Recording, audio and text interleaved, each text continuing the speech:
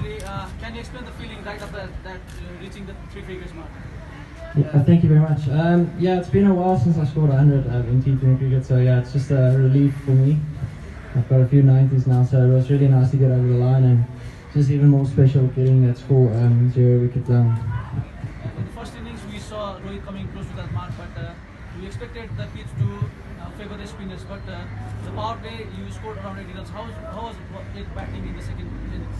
Yeah, Roy batted brilliantly as always. I'm getting quite fed up with him scoring runs against me, but no, I reckon we knew we had to go really hard in the power play, just because of the wicket just spinning more and more.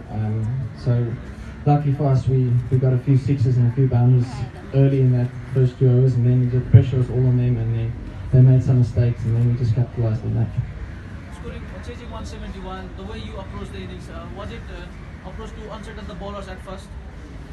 Yeah, look, chasing such a big score, especially on a wicket like that, you've got to go really hard up front. And if you're lucky enough to get through that power play unscathed, you just got to, then you can just manage it, see where you are. This is a wicket where it's really tough to play catch-up cricket. Once the rate gets to 8, 9, 10, it becomes really tough. So you got to try and get as early as you can in front of the game. Gous was partner in you, Nepaliga. He hasn't played much here. So both of you are playing in alien conditions. So what was the talking between trying to see off that big score?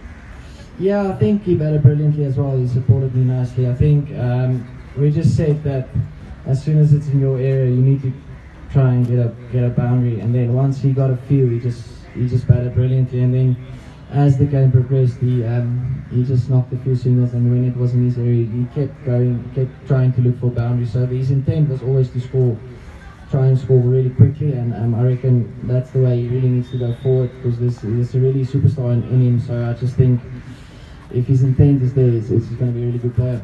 Started with a few losses, and especially that first match 7 for 6. You're back in Dubai watching the match.